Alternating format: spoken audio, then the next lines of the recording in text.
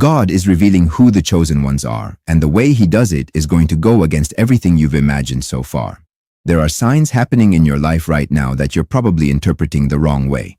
Most people mistake these signs for a problem, a bad phase, something that needs to pass quickly. But if you pay attention to what the word shows about this, you'll realize it could be exactly the opposite. In this video, I'm going to show 5 signs that reveal when God is setting someone apart for a purpose, and you might recognize some of them happening to you right now. One sign goes unnoticed by most people. It doesn't show up in visible achievements, it doesn't come with applause, and it's almost never recognized at the moment it begins to manifest. If you feel that something is different in your life, but you can't quite explain what, pay attention. This could be exactly the starting point of the story we're about to open up. God doesn't reveal a chosen one through fame. It's not wealth that marks the beginning of a calling, and it's not the approval of the people around you either. This breaks a pattern that many people have learned without realizing it. The pattern of believing that spiritual recognition comes along with human recognition. It doesn't, and that's exactly why so many chosen ones go unnoticed for years, sometimes for decades, before any external sign confirms what was already happening on the inside. There's a pattern that repeats itself: silence, rejection, misunderstanding. Not as punishment, but as part of a formation process that Scripture describes repeatedly. Joseph was rejected by his own brothers before being placed in a position of authority. David was anointed king and kept shepherding sheep without a throne, without a palace, for years. Moses spent 40 years in the desert before hearing his calling at the burning bush. The biblical pattern is not one of immediate revelation, it's one of silent preparation. If you're going through a period of spiritual silence, of closed doors, of people who don't understand what you carry inside, that doesn't mean God has moved away from you. It might mean exactly the opposite, that he's building something that isn't ready to be shown yet. There's what we might call an invisible marker, a point that separates those who live only an ordinary life from those who have been set apart for a specific purpose. This marker doesn't appear on a document, isn't publicly announced, doesn't come with a visible sign on the body. It manifests inwardly first, a restlessness that doesn't go away, a sense that something greater is waiting to be revealed, a growing difficulty being content with what used to satisfy before. And here's the question that lingers. What if the signs are already appearing before the world, but almost no one can see them? What if you're already living inside this process right now without clearly perceiving what's underway? Practically every chosen one goes through a phase that tends to hurt more than any stage before it. It's the moment when the world around them starts to pull away without a clear explanation. Friendships that used to be close grow cold for no apparent reason. Places that used to feel familiar start to feel strange, almost suffocating. People who spent years by your side start to distance themselves, and you can't pinpoint exactly what changed. This is confusing because there's no fight, no declared break. Just a quiet distancing that leaves behind a feeling of emptiness that's hard to name. It's important to correct a common misunderstanding here. This distancing isn't necessarily a punishment, and it isn't a sign that something is wrong with you either. Often, it's part of a process of spiritual separation. Scripture shows this pattern clearly. Before any calling is fulfilled, there's usually a stage of isolation. Abraham was called to leave his land, his relatives, his father's house. John the Baptist lived in the desert before starting his ministry. Paul, after his conversion, spent a period isolated in Arabia before he began preaching publicly. The chosen one, in this phase, feels like they no longer belong to the place where they once felt comfortable. Conversations that used to be interesting no longer make sense. Places that used to bring pleasure now feel empty. This sense of displacement isn't weakness, and it isn't a sign that you're drifting away from God. On the contrary, it's often a sign that you're being repositioned by Him. God removes distractions before revealing purpose. This means that certain people, certain environments, certain routines need to exit the scene so that what He's building has room to manifest without interference. It isn't abandonment, it's preparation. What looks like loss in this moment may be exactly the beginning of the chosen one's public revelation. The separation that hurts today may be the very process that, later on, will open up space for what God placed in you to start appearing clearly before others. The chosen ones carry something that doesn't depend on words to manifest. We call this a spiritual mark, a perceptible presence that people feel, even without being able to rationally explain what they're feeling. Have you ever walked into a room and noticed that even in silence you provoked reactions? Some people approach with inexplicable admiration.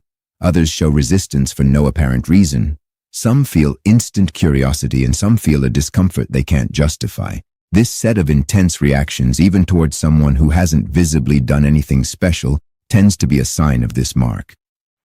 It's essential to correct a very common misunderstanding. This mark doesn't come from appearance. It doesn't come from natural charisma. It doesn't come from anything the person built through their own effort. It comes from something God placed on the chosen one's life, a spiritual seal that precedes any outward manifestation. That's why simple people, without a prominent social position, without resources, without apparent influence, have already made a profound impact just by the way they walked in faith.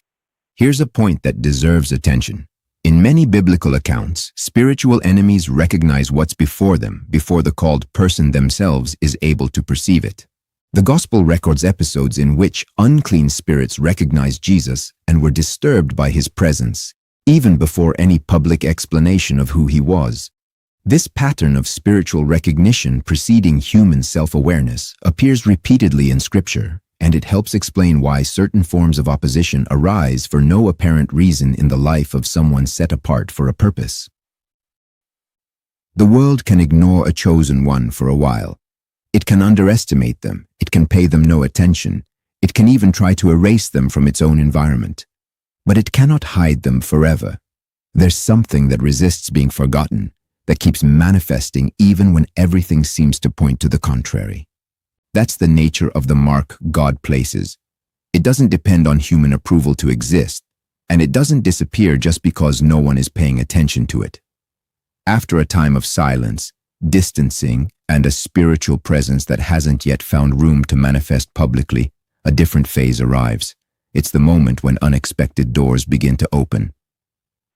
This usually doesn't happen the way the person imagined. It isn't a single spectacular event. It's a sequence of occurrences that, looked at closely, seem like simple coincidences, but that together form a pattern impossible to ignore. Opportunities arise from places no one expected. Connections happen with people who, at first glance, had no relation to what was being built in silence. Confirmations arrive in unlikely ways, often through circumstances the person themselves didn't plan. What was hidden begins to gain visibility progressively. It isn't an instant explosion of recognition. It's a process of gradual exposure, where each stage prepares the ground for the next. This pattern also appears in Scripture. Joseph went from prison to the second highest position of command in Egypt through a sequence of events that, taken individually, seemed disconnected, but that formed a larger plan he couldn't see while he was inside it. It's essential to understand that God exposes purpose in the right time, not in the time of human anxiety. Haste is often the biggest obstacle in this phase. Whoever tries to force the revelation before its time tends to cause a premature exposure, without support, without enough maturity to handle what comes after. God's timing follows its own logic, which doesn't always match the urgency we feel inside. When God decides to reveal a chosen one, no opposition can fully prevent that revelation. This doesn't mean an absence of resistance. It means that resistance has no power to permanently block what has already been determined. Doors that seemed irreversibly closed open up.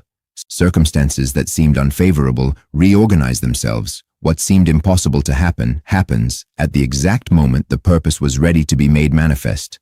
Putting together everything presented so far, it's possible to form a clearer picture of how to recognize a chosen one in the times we live in.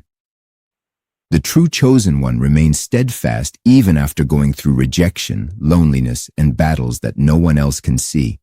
He doesn't give up when the silence goes on longer than expected. He doesn't despair when friendships pull away without explanation. He isn't intimidated when he notices intense reactions around him, whether of admiration or resistance. And he doesn't force God's timing, even when human anxiety pushes for immediate answers. One point needs to be clear. The chosen one doesn't seek recognition alone. He seeks obedience to the calling. That difference separates those who understand the process from those who lose themselves in it. Recognition is a consequence, not a goal. Whoever chases recognition ahead of time usually loses sight of the purpose that should be sustaining this journey. Whoever pursues obedience, even without knowing exactly where it will lead, is the one who actually makes it through each stage until the moment of revelation. We're living in a time of spiritual separation more evident than in many previous generations. The signs discussed here aren't distant theory. They're realities many people are already living right now without being able to clearly name what's happening inside them. Silence, distancing, a perceptible spiritual mark, the progressive opening of doors. This set of stages keeps repeating itself because the pattern established in Scripture hasn't changed. The chosen ones won't be known only by what they say, but by what God begins to manifest through their lives before everyone.